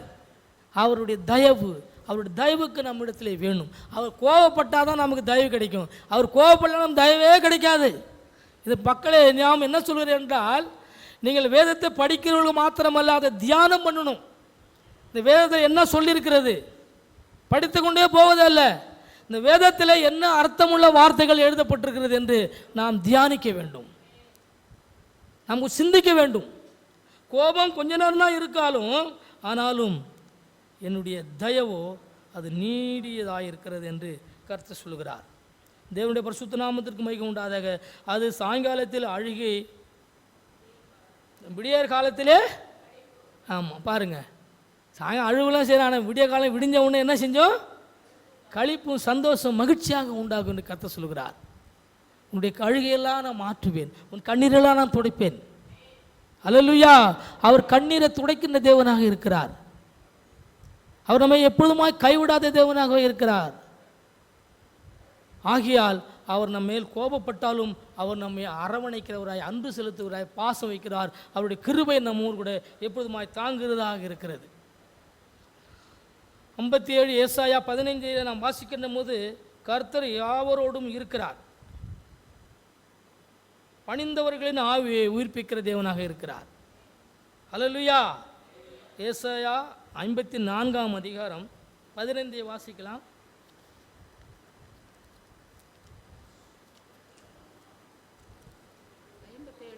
57:15. நித்தியவாசியும் பரிசுத்தர் என்கிற நாமமும் உள்ளவராகிய மகத்துவமும் உன்னதமுமானவர் சொல்லுகிறார், உன்னதத்திலும் பரிசுத்த ஸ்தலத்திலும் வாசம் பண்ணுகிற நான் பணிந்தவர்களின் ஆவியை உயிர்ப்பிக்கிறதற்கும் நொறுங்கினவர்களின் இருதயத்தை உயிர்ப்பிக்கிறதற்கும் நொறுங்குண்டு பணிந்த ஆவி உள்ளவர்களிடத்திலும் வாசம் பண்ணுகிறேன்.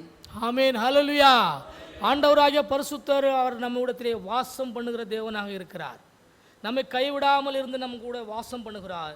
நித்தியவாசியும் பரிசுத்தர் என்கிற நாமம் உள்ளவருமாகிய மகத்துவம் உள்ள உன்னதமானவர் சொல்லுகிறார், உன்னதத்திலும் பரிசுத்த ஸ்தலத்திலும் வாசம் பண்ணுகிற நான் பணிந்தவர்களின் ஆவியை உயிர்ப்பிக்கிறதற்கும் நொறுங்குண்டவர்களின் இருதயத்தை உயிர்ப்பிக்கிறதற்கும் நொறுங்குண்டு பணிந்த ஆவி உள்ளவர்களிடத்தில் நான் வாசம் பண்ணுகிறேன் என்று சொல்லுகிறார்.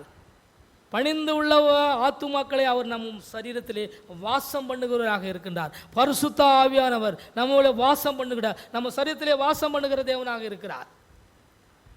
ஆகியால் நம்முடைய சரீரத்தை எப்பொழுதுமாய் பரிசுத்த பிள்ளைகளாய் பரிசுத்தமாய் வைத்துக் கொள்ள வேண்டும் என்று கர்த்தர் சொல்லுகிறார். நம்முடைய சரீரம் எப்பொழுதுமாய் பரிசுத்தமாக இருக்கும்போதுதான் கர்த்தர் நம்ம சரீரத்திலே வாசம் பண்ணுகிறவராக இருக்கிறார். ஆகையால் தேவனுடைய பிள்ளைகளே, அதாவது தேவனுடைய ஆத்துமாக இருக்கிறது இல்லையா, தேவனுடைய ஆத்துமாவை உயிர்த்திருந்தால் அவன் ஜீவ ஆத்துமாவானான். அந்த ஆத்துமா எங்கே போகிறது? நாம் மரிப்பது நிச்சயம். தாயின் வயிற்றின் பிறகு ஒருவனும் மரிக்காமல் இருக்கவே முடியாது. மரணம் என்பது நிச்சயம். நாம் மரித்தால் எங்கே போவோம், எங்கே செல்ல வேண்டும் என்று நாம் நிர்ணயித்துக் கொள்ளவர்களாய் காணப்பட வேண்டும். இந்த எல்லா உலகத்திலும் எல்லா பாஷக்காரர்களும் எல்லா மதத்தை தான் சொல்கிறார்கள். ஆகையால் நாம் பரலோகம் நரகம் எங்கே செல்ல வேண்டும்? அந்த ஆத்மா எங்கே செல்லுகிறது? அந்த ஆத்மா எங்கே செல்ல வேண்டும்? இப்போ லண்டனில் ஒரு ஆள் இறக்கிறதுக்காக ஆயத்தமாக இருக்கிறாரு. 2 ஹவர்ஸில் அவர் இறந்துருவாராம். இப்போ 2 ஹவர்ஸில் இறக்கும் போது அந்த ஆத்மா எங்கே போகிறதுக்காக சயின்டிஸ்ட்லாம் பெரிய லென்ஸை வச்சுக்கிட்டு பெரிய கண்ணாடி குகையை பண்ணி அந்த ஆளை உள்ளே வச்சுட்டு அவர் மறிக்கிறது உறுதியாச்சுன்னு நிச்சயமாக ஆயிட்டு, இந்த ஆத்மா எங்கே போகிறது, அந்த ஆவி எங்கே போகுது கண்டுபிடிக்கணும் அப்படின்னு சொல்லிட்டு ஒரு கண்ணாடி குகையை உருவாக்கி அந்த மனிதனை அது உள்ளே வைத்து எல்லாரும் பெரிய பெரிய லென்ஸை வச்சுக்கிட்டு அங்கே காத்துக்கிட்டு உட்காந்துருக்காங்க. ஆக போது 2 ஹவர்ஸு 1 ஹவர் 1/2 ஹவர் 10 மினிட்ஸ் மறிக்க போகிறாரு. கண்ணாடி குகை பட்டீர்னு வெடிச்சுது. அல்லேலூயா. கண்ணாடி குகை வெடிச்சு போச்சு. பெரிய பெரிய லென்ஸை வச்சுக்கலாம் பார்த்துக்கிட்டு இருக்கான், கண்டுபிடிக்க முடியல. எல்லாம் பார்த்தா இருட்டாது இருக்குதான். நான் ஒரு புக்கில் படித்தேன், ஒரு பெரிய சயின்டிஸ்ட் புக்கில் தான் இதை நான் படித்தேன். அப்போ அந்த ஃபோட்டோவை எடுத்து பார்க்கின்ற பொழுது அந்த லென்ஸில் பெரிய பெரிய லென்ஸு ஒன்றுமே இல்லை, ஜீரோ, எல்லாம் இருட்டாக இருக்குது. அது ஆத்மா தேவனுடையது, அது தேவனிடத்திலே போய் சேர்கிறது. அது யாரும் ஒன்று செய்ய முடியாது, யாரும் ஒன்று பண்ண முடியாது. ஜீவ ஆத்மாவை சரீரத்திலே ஊதினார். இந்த ஆத்மா எப்பொழுதுமாய் பரிசுத்த பாண்டமாய் வைத்துக் கொள்ள வேண்டும். அதான் சொல்கிறார், நான் பரிசுத்தமாக நீங்களும் பரிசுத்தமாக இருக்கணும்னு. எதுக்கு சொன்னாருன்னா, என் ஆவி என்னுடையது, நான் நொறுங்குண்ட ஆவியத்தில் நறுங்குண்ட ஆவியத்தை நான் இருதயத்தில் வாசம் பண்ணுவராக இருக்கிறேன். யாராக இருந்தாலும் ஒரு பரிசுத்தமாக இருந்தால் அந்த பரிசுத்தமான பிள்ளையை அவர் கர்த்தர் பாதுகாக்கிறவரா. அந்த ஆத்மா கெட்டு போகக்கூடாது. துன்மார்க்கன் சாகிறதை நான் விரும்ப மாட்டேன். அவர் பிழைக்க வேண்டும் என்று கர்த்தர் விரும்புகிறார். எந்த விதமான ஒரு பாவியும் துன்மார்க்கனும் அவர் சாகக்கூடாது என்று தான் ஆண்டவர் நினைக்கிறார். அவன் ஆத்மா கெட்டு போகக்கூடாதுன்னு இருக்கிறார். துன்மார்க்கன் சாகிறது நான் விரும்புவதில்லை. அவன் பிழைக்கவே நான் விரும்ப வேண்டும் என்று கர்த்தர் சொல்கிறார். இந்த உலகத்தில் அநேகமான துன்மார்கள் இருக்கிறார்கள். மனம் திரும்புங்கள் என்று நாம் ஏன் பிரசங்கம் சொல்லக்கூடாது? மனம் திரும்புங்கள் என்று ஏன் துன்மார்க்கனை நல்வழியில் நடத்தக்கூடாது? நம்ம ஐயா பெரிய அதாவது ஒரு இதே வச்சிருக்கிறாங்க. நாம் கடந்து போய் ஊராக கிராமங்களா ஊழியம் செய்கிறாய். இப்போ நான் கடந்த வாரம் 3 நாளாக வேலூரில் போய் கிராம ஊழியம் செஞ்சுட்டு வந்தேன். கிராமத்தில் போய் நரிகுறவுகள் மத்தியில் நரிகுறவுகள் பிள்ளைகள்லாம் அவளை ரட்சிக்கப்பட்டு டான்ஸ் போடுறாங்க பாருங்கள், அவ்வளோ சந்தோஷமாக இருக்குது நமக்கு. அவங்க ரட்சிக்கப்பட்டிருக்கிறாங்க. அவங்க குடியிருக்கிற இடத்துல போய் நாங்கள் சுவிசேஷம் சொல்லிட்டு ட்ராக்ஸ் கொடுத்துட்டு அவங்களுக்கு செய்ய வேண்டிய உதவி செஞ்சு இப்படியாக கிராமங்கிறவங்க போய் நாங்கள் வேலூரில் போய் 3 நாளாக ஊழியம் செய்தோம் போன வாரத்தில். அல்லேலூயா. அப்படி சுவிசேஷ ஊழியம் நாம் செய்ய வேண்டும். கிராமம் சென்று சுவிசேஷ ஊழியங்கள் செய்யர்களாக காணப்பட வேண்டும். நம்ம ஆண்டவர் ரட்சிக்கப்பட்டு வச்சிருக்காரு. நம்மளே பிரியாணியை டெய்லி தின்னுக்கிட்டு இருந்தா மற்றவங்க திங்கணுமா திங்கக்கூடாதா? நம்மளே இந்த பிரியாணி இது உள்ள பிரியாணி சாப்பிட்டுக்கிட்டே இருக்கிறோம். நம்மளே ஒன்று பலத்தப்பட்டுக்கிட்டு இருக்கோம். ஆனால் மற்ற மக்கள் இந்த பிரியாணி கிடைக்காம எவ்வளோ மக்கள் இருக்கிறாங்க. ஏன் அவர்களுக்கு கடந்து போய் நாம் சுவிசேஷம் சொல்லக்கூடாது? நாங்கள் போய் இதெல்லாமே அந்த இந்து கோயில் இருக்கிற இடத்துல தான் நாங்கள் டேரா போடுறது. அங்கே போய் அங்கே பெரிய பேனரை போட்டு இயேசு கிறிஸ்து பற்றி சுவிசேஷம் சொல்லி இயேசு கிறிஸ்து பேனரை போட்டு படத்தை போட்டு பாப்பர் ஷோ பண்ணி ஊழியம் நாங்கள் செஞ்சுக்கிட்டு இருக்கோம் சென்னையில். போன வாரம் 3 வாரம் அங்கே தான் 3 நாள் அங்கே தான் இருந்தேன். அல்லேலூயா. நாம் கர்த்தருக்காக நாம் ஊழியம் செய்வர்களாய் நம்மை கர்த்தரை ஆயத்தப்படுத்தி நம்ம வைத்திருக்கிறார். ஊழியம் செய்ய முடியாத தான் கர்த்தர். எல்லாருமே ஊழியக்காரங்க தான், எல்லாரும் தேவனுடைய பிள்ளைகள் தான். எல்லாரும் கடந்து போய் ஊழியம் செய்வர்களாய் காணப்பட வேண்டும். ஏன் நாம் கடந்து போய் சுவிசேஷ ஊழியம் செய்யக்கூடாது? கிராமமாக கடந்து போய் ஏன் நம்ம மக்களுக்கு பணிவுடைய ஊழியம் செய்யக்கூடாது? ஆத்துமாக்கள் ஆதாயம் பண்ணி ஆலயம் நிரம்பத்தக்கதாக ஆலயத்தை நிரப்புவர்களாகி நாம் காணப்பட வேண்டும். இன்னொன்று என்னன்னா, நான் சொல்கிறேன்னு தப்பாக நினைக்க, எல்லா ஊழியக்காரங்களும் தான் சொல்லுவாங்க. நான் அது மனுஷனை பிரியப்படுத்துறதுக்காக சொல்லக்கூடாது. தசமாங்க காணிக்கைன்னு ஒன்று இருக்கா இல்லையா? சிலவங்க தசமாக காணிக்கை என்னன்னே தெரியாது. நான் போகிற பாஸ்டர்லாம் கேட்பேன், ஐயா நீங்கள் தசமாக காணிக்கை பற்றி வாங்குங்களான்னு கேட்டேன். இல்லை பிரசங்கம் பண்ணால் அடுத்த வாரமே வரமாட்டாங்கண்ணே, நீங்கள் தப்பு பண்ணுறீங்களே, அப்போ நீயே பாவியாக இருக்க அப்படின்னா ஒரு பாஸ்டரை கேட்டேன். இல்லையா அப்படி இல்லை, கிடையாது. தசமம் காணிக்கையை பற்றி ஒரு சப்ஜெக்ட் பேசுங்க, என்னைய கூப்பிடுங்க, நான் வந்து பேசுகிறேன். என்னை கூப்பிடுங்க, நான் வந்து நீங்கள் பேச முடியலன்னா என்னை கூப்பிடுங்க, நான் உங்கள் சர்ச்சை வந்து நான் பேசுகிறேன். அவங்க ஆசீர்வதிக்கப்படணும்னா நீ கொடுத்தா தான் ஆசீர்வதிக்கப்படும். கொடுக்கலன்னா அவருக்கும் கொடுத்தாரு, பரிசுத்தவான் கொடுத்தாங்க, எல்லாரும் கொடுத்தாங்க, எல்லாரும் மூட்டை மூட்டையாக கொண்டு வந்து பண்டகை சிலை சேர்த்தாங்க, அவங்களாம் ஆசீர்வதிக்கப்பட்டிருக்கிறாங்க. நம்ம ஏன் ஆசீர்வாதம் கொஞ்சம் திங்க் பண்ணி பாருங்கள். நாம் ஏன் உயர்த்தப்படவில்லை, நாம் ஏன் ஆசீர்வதிக்கப்படவில்லைன்னா சம்திங் ராங், ஏதோ ஒரு காரணங்கள் இருக்கிறது. ஆகையால் நாம் கர்த்தருக்கென்று முதல் பலன்களை காணிக்கைகளை கொண்டு வந்து பண்டசாலையை நாம் செலுத்த வேண்டும். தசமம் காணிக்கை கொடுக்க வேண்டும். நான் அந்த காலத்தில் இருக்கின்ற பொழுது என் வீட்டுக்காரி தேடி கேரேஜ் ஒர்க் ஷாப் வச்சுருந்தேன். வாரம் கொண்டு போய் 500 ரூபா கொடுப்பேன். 92 நடந்த கதையை சொல்கிறேன்.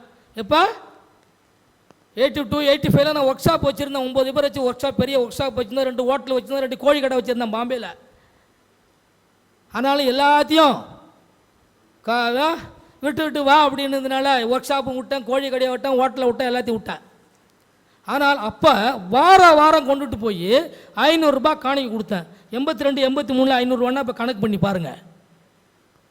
வர காணிக்க முதல்ல கொண்டு போய் தசமாக அப்படியே அந்த ட்ரெஸ்ஸோட யூனிஃபார்மோட ஓடுவேன். அழுக்காக இருக்கும். ஒர்க் ஷாப்பில் பண்ணினேன். அந்த ஒர்க் ஷாப்பில் வேலை செய்கிறவங்களுக்கு தெரியும் சட்டைக்கட்டெலாம் எப்படி கறியாக இருக்கும் அப்படின்னு. ஆயில் அப்படியே அந்த கரியோடு போவேன், சைக்கிள் எடுத்துகிட்டு ஓடுவேன், பெல் அடிப்பேன். என்னன்னு கேட்பாங்க, அம்மா ஐயாவை பார்க்கணும். என்ன பிரதர், நான் வந்திருக்கேன்னு சொல்லுங்க அம்மா அப்படிமே. என்ன பிரதர், என்ன அப்படி வந்திருக்கேன், நான் ஐயா காணி குடிக்க வந்தேன். எனக்கு அது கொடுத்தா தான் தூக்கம் வரும். அங்கே வீட்டுக்கு கொண்டு போட்டால் காலி ஆகிடுச்சுன்னா நான் யாராவது வருவாங்க கொடுத்துட்டாங்கன்னா அந்த காணிக்கு கொடுக்க முடியாது. முதல் பலனை முதல்ல செஞ்ச வேலை, அந்த ஒர்க் ஷாப்பில் செஞ்ச வேலையை முதல்ல கொண்டு போய் காணிக்கு 500 கொண்டு கொடுமா, வாரம் கொண்டு கொடுத்துருவேன். நான் வேலை செஞ்ச மாத சம்பளம் வேறு, அது தனியாக கொண்டு கொடுப்பேன். ஆனால் வாரம் கொண்டு போய் ஐயாவுக்கு காணிக்கு கொடுத்தேன். அந்த உண்மையை, அந்த நேர்மையை பார்த்தா நீ ஏன் கூடிய வா அப்படின்னு கூப்பிட்டாங்க. அல்லேலூயா. அந்த கர்த்தருக்கு ஒரு பயப்படுறாங்க ஒரு மனுஷன் அப்படின்னா முதல்ல தசமாங்க செலுத்துறாங்களா இல்லையா? தசமாங்க செலுத்துறேன்னு ஐயாவுடைய கட்டளை என்ன தெரியுமா? 3 மாதம் திருவந்து கொடுக்க மாட்டாங்க. அல்லேலூயா. 3 மாதம் திருவந்து கொடுக்க மாட்டோம் அப்படின்ட்டுருவாங்க. அதுக்கு பிறகு வெக்கப்பட்டு திருவந்து எல்லாரும் கொடுப்பாங்க. அவன் உட்காந்தாக்க வெக்கமாக இருக்கு இல்லையா? அதுக்காக நான் திருவந்து கொடுக்குறேன்னு நீ தசமாங்க கொடுக்காத, கர்த்தருடைய கட்டளைகளை நியாயங்களை நீ கைக்கொள். அல்லேலூயா. கர்த்தருடைய கட்டளைகளை நியாயங்களை நான் கை கொண்டு நாம் தசமாக காணிக்கைகளை செலுத்த வேண்டும். நாட்களில் ஊழியக்காரங்க பிரசங்கம் பண்ண மாட்டாங்க, விசுவாசிகளுக்கு தெரிய மாட்டேங்குது, அவங்க ஆசீர்வாதப்படாமல் இருக்காங்க அப்படின்னா ஊழியக்காரங்க தான் காரணம். ஊழியக்காரர்கள் தசமாக காணிக்கை பற்றி திருச்சபையிலே சொல்ல வேண்டும். அப்போ மக்களுக்கு எப்படி தசமாகன்னு தெரியும். ஆகையால் திருச்சபையின் பிள்ளைகள் கர்த்தருக்கு தசம்பாச காணிக்கையை கண்டிப்பாக செலுத்த வேண்டும். இது கர்த்தருடைய கட்டளை. நான் சொல்லல, கர்த்தருடைய கட்டளைகள் நியாயங்களுமாக இருக்கிறதே என்று கர்த்தர் சொல்கிறார். ஆகியா தேவனுடைய பிள்ளைகளே, நாம் கர்த்தருடைய காணிக்கையை வஞ்சிக்க கூடாது. கர்த்தருக்குடைய காணிக்கையை கொடுத்துருங்க, செலுத்துருங்க. நம்ம ஆசீர்வதிக்க. நாங்கள் சேலத்துக்கு ஊழியத்திற்கு போகணும், ஏற்காடுக்கு ஊழியத்துக்கு போயிருந்தோம். அப்போ இது 92 93 தெரியல, ஊழியத்திற்கு போகும்போது அங்கே 5 வருஷமாக மழை கிடையாதான். எல்லாம் ஆதிவாசிகள், இந்த சோளம் கம்பு கேழ்வரகு போட்டு தான் மலைவாசிகள், மழை பெஞ்சாதான் அவங்களுக்கு அந்த. அப்போ அவங்க என்ன செஞ்சாங்க, வந்து ஆலயம் ஆராதனை முடித்த பிறகு எல்லாம் சுற்றி நின்றுட்டு இருந்தாங்க. ஐயா கேட்டாங்க, ஆராதனை முடிச்சு ஏன் மக்கள்லாம் நின்றுட்டுருக்காங்க, போக சொல்லு அப்படின்னாங்க. நான் போய் சொன்னேன், இது மாதிரி இல்லையா ஐயாவுக்கு காணிக்கை கொடுக்கணும் அப்படின்னாங்க. காணிக்கையா? அப்போ ஐயா சொன்னாங்க காணிக்கை. சரி, இப்போ அங்கே காணிக்கை ஒன்றும் இல்லை, ஒரு தட்டை எடுத்துருவா அப்படின்னாங்க. ஒரு தட்டை எடுத்துகிட்டு போனேன். தட்டை எடுத்துகிட்டு என்னன்னு, ஐயா நாங்கள் 4-5 வருஷமாக மழையே பெய்யலையா, எங்கள் விளைச்ச ஒன்றும் இல்லை, மழை பெஞ்சாதான் எங்கள் விளைச்ச, நாங்கள் காணிக்கை கொண்டு வந்திருக்கையா கொடுங்க அப்படின்னு தட்டை காட்டினா 8 அணா 4 அணா 1 ரூபா 2 ரூபாய்க்கு மேலே அதில் காணிக்கை கிடையாது. அல்லேலூயா. எவ்வளவு? 4 அணா, அது இப்போ இல்லை, 8 அணா 1 ரூபா 2 ரூபா 2 ரூபா ஒரு தாள் அப்படியே இருந்தது. பாக்கி ஒரு காணிக்கை இல்லை. மொத்தம் எல்லாம் எண்ணி போனால் 7 ரூபாய் 7,000 ரூபா காணிக்கை இருந்தது. பாருங்கள், தேவனுடைய பிள்ளை உற்சாகமாய் கொடுக்குற கர்த்தர் பிரியமாக இருக்கிறார். ஹல்லேலூயா. அவங்க உற்சாகமாக கொடுத்தது 7,000 ரூபா. எல்லோரும் சேர்ந்து ஆண்டவர் ஆசீர்வதித்து, ஐயா ஆண்டவர் இதை ஆசீர்வாதம், ஏழைகள் பிள்ளைகள் ஆசீர்வதித்து செழிப்பாக மழை பெய்யட்டும்னு சொல்லிட்டு நாங்கள் கடந்து போயிட்டோம். அடுத்த தடவை அடித்தா மழை பெஞ்சு அதுலேருந்து மழை தான், விளைச்சல் தான், மூட்டை மூட்டையாக ஆயிரக்கணக்கில் கொண்டு வந்து காணிக்கை கொடுத்தாங்க. ஹல்லேலூயா. இது நான் இப்போ சொல்லப்போனால் நேரங்கள் ஏகப்பட்ட சாட்சிகள் நான் சொல்ல முடியும். ஒரு மனிதன் கர்த்தருக்காக கொடுத்தா அவன் எப்படி ஆசீர்வதிக்கப்படுறான்னு எனக்கு தெரியும். நான் ஐயா கூடயே சுற்றின ஆள். யார் காணிக்கை கொடுப்பாங்க, என்ன கொடுப்பாங்க, அதாவது நீங்கள் பொருத்தின் காணிக்கை செலுத்து. நேற்று பிரசங்கம் பண்ண யோனா பொருத்தனை செய்து ஜெபம் பண்ணினான் இல்லையா? யோனா ஏன் பொருத்தனை பண்ணான்? அந்த மீன் வயிற்றில் அகப்பட்டிருக்கிற ஆண்டவரே என்னை விடுதலை செய்யும் என்று அவன் பொருத்தனை பண்ணி ஜெபம் பண்ணினான். அதனால் அவனுக்கு காட்டினான். அப்போ நீங்கள் பொருத்தனையின் காணிக்கையை கர்த்தரை விரும்புகிறவராக இருக்கிறார். பொருத்தனை பண்ணி நாம் காணிக்கை செலுத்தும் போது அதை நம்ம விடுதலையாக்குற தேவனாக இருக்கிறார். நம்முடைய கிட்டங்கள் கஷ்டங்களில் ஆண்டவரே என்னை இதில் வியாதிகளிலிருந்து விடுதலையாக்கும், இந்த மாதிரி சூழ்நிலைகள் இருக்கிறது, இதை செய்து பொருத்தனை பண்ணும். நேற்று கூட எங்களுக்கு ஐயா ஒரு காரியம் சொன்னாங்க, நீங்கள் பொருத்தனை பண்ணி அந்த காரியக்காக நீங்கள் ஜெபம் பண்ணி செய்யுங்கள்னு சொல்கிறாங்க.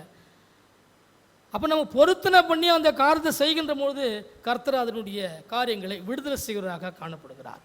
எத்தனையோ காரியங்களை நம்முடைய பரிசுத்தவங்க ஐயா இடத்துல வந்து பொருத்தனை பண்ணிட்டு லட்சக்கணக்கிலலாம் காணிக்கை கொடுத்துருக்காங்க. என் கண்ணால் பார்த்துருக்கேன். 5 லட்சம் கூட பொருத்தனை காணிக்கை கொண்டாந்து கொடுத்துருக்காங்க, 1 லட்சம் கொடுத்துருக்குறாங்க.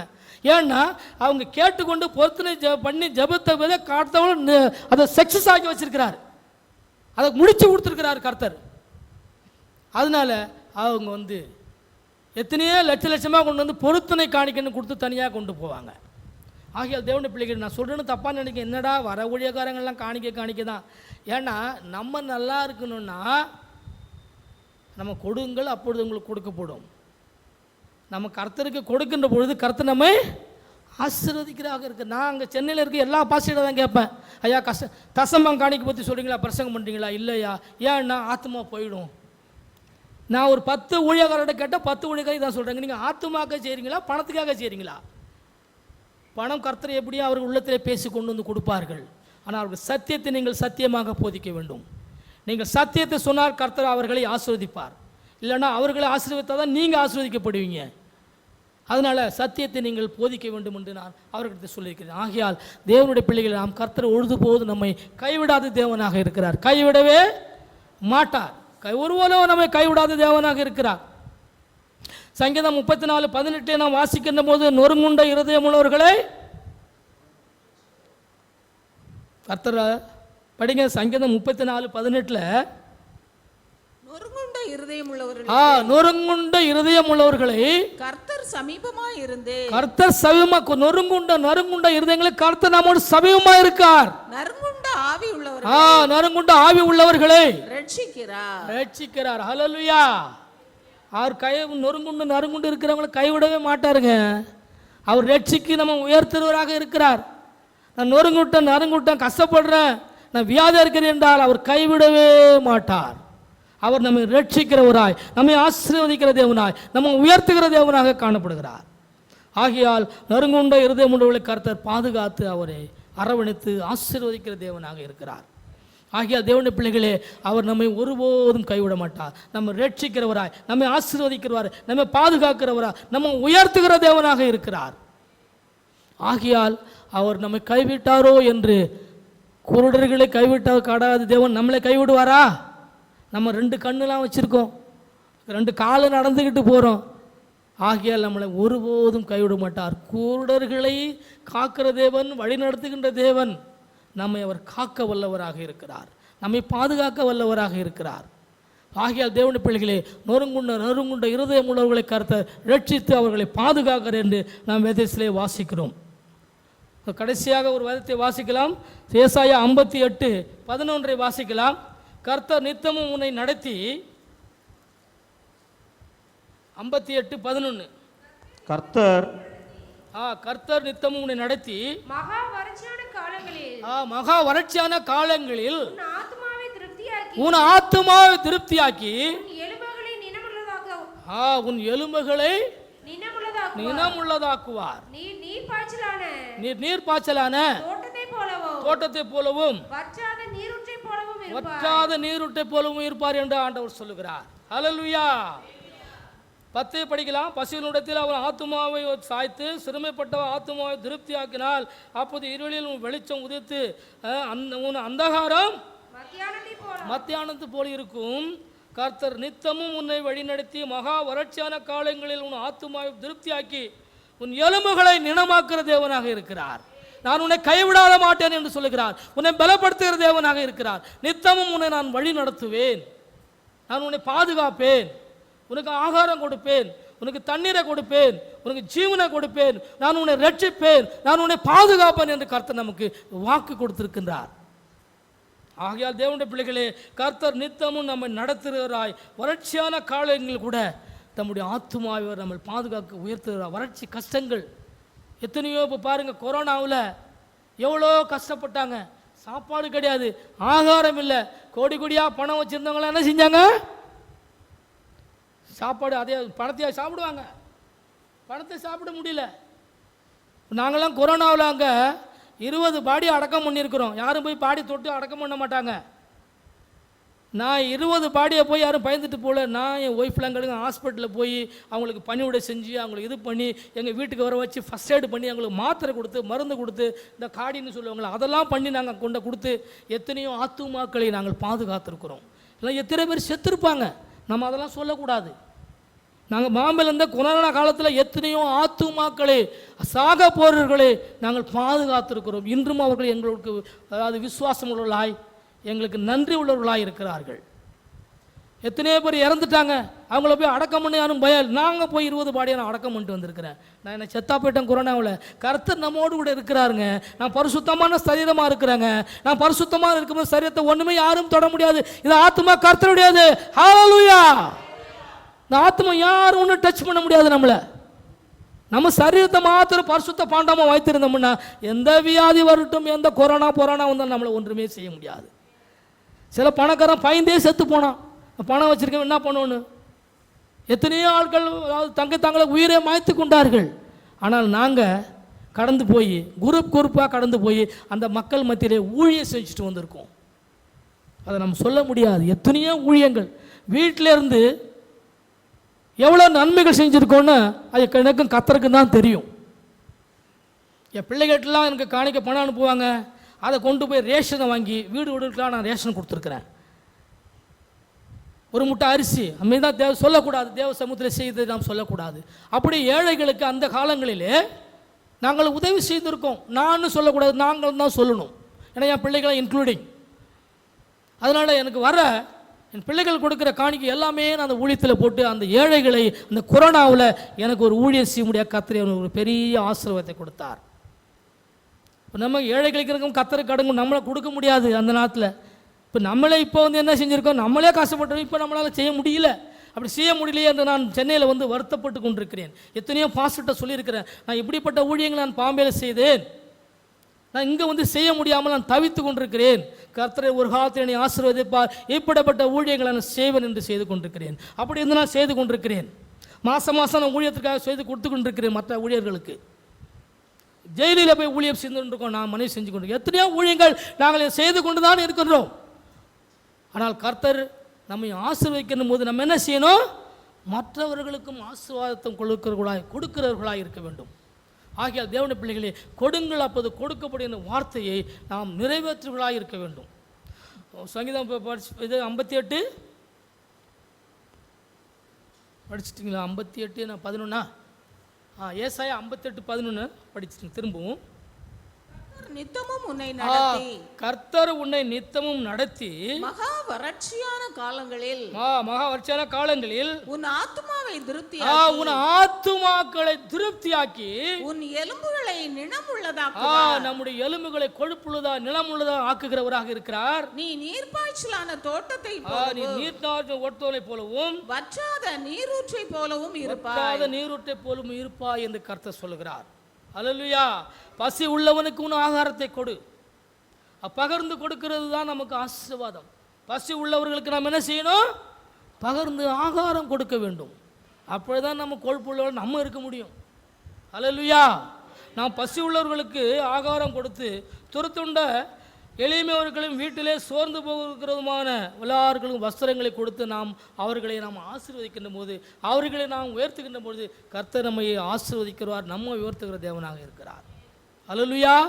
நாம் அப்படி செய்கிறவர்களாய், அப்படி ஊழியம் செய்கிறவர்களாய், பரிசுத்தவான்களுக்கு உதவி செய்கிறவர்களாய், ஊழியத்திலே தாங்குகிறவர்களாய், ஊழியம் செய்கிறவர்களாய், ஆத்தும ஆதாயம் செய்கிறவர்களாய் நாம் அந்த உலகத்திலே வாழ வேண்டும். நாம் எதற்காக வந்தோம்? எதற்காக ரட்சிக்கப்பட்டோம்? ஏதோ வந்தோம், தானோ ரட்சிக்கப்பட்டோம், சாப்பிட்டோம், தின்னோம், மரித்தோம், பரலோக போயிட்டோம் அப்படின்னு இருக்கக்கூடாது. நாம் இந்த உலகத்தில் இருக்கும் நாம் என்ன செய்தோம்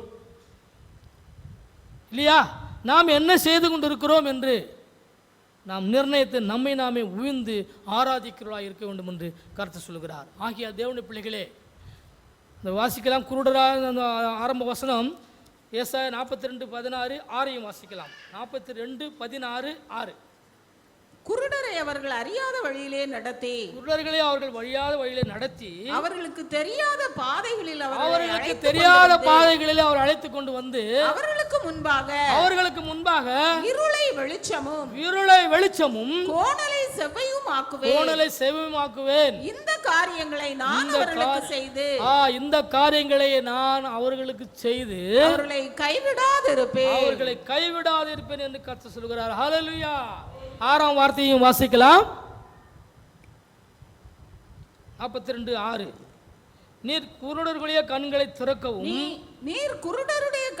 திறக்கவும், கட்டுண்டவர்களை காவலில் இருந்தும் இருளில் இருக்கிறவர்களை சிறைச்சாலையில் இருந்து விடுவிக்கவும். ஆமென். ஹல்லேலூயா.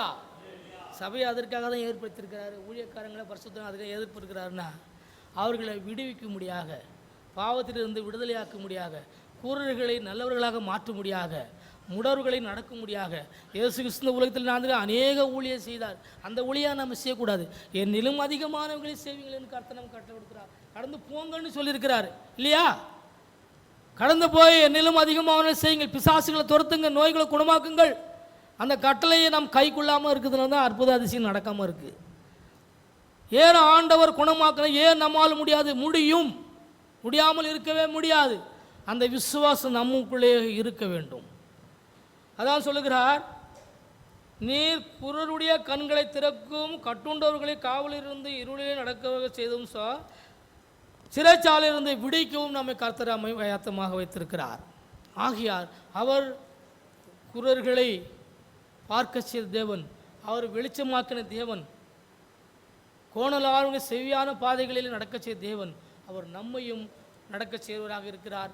அவர் ஜீவனுள்ள ஒளியாய் இந்த உலகத்திலே வாழ்ந்து கொண்டிருக்கிறார். குருடர்களுக்கு வெளிச்சமாக உண்டாக்கின தேவன் நம்ம கண்ணுள்ளவர்களுக்கும் அதிகமான வெளிச்சத்தை கொடுக்கிற தேவனாக இருக்கிறார். ஆகையால் நாம் இந்த வார்த்தைகளை நாம் கேட்டு தியானித்து நாம் அந்த வார்த்தைகளை படித்து நாம் அதன்படி நடப்போமாக. கர்த்தர் இந்த வார்த்தைகளை ஆசீர்வதிப்பார். ஆமேன். ஹல்லேலூயா. ஆமென். ஹல்லேலூயா.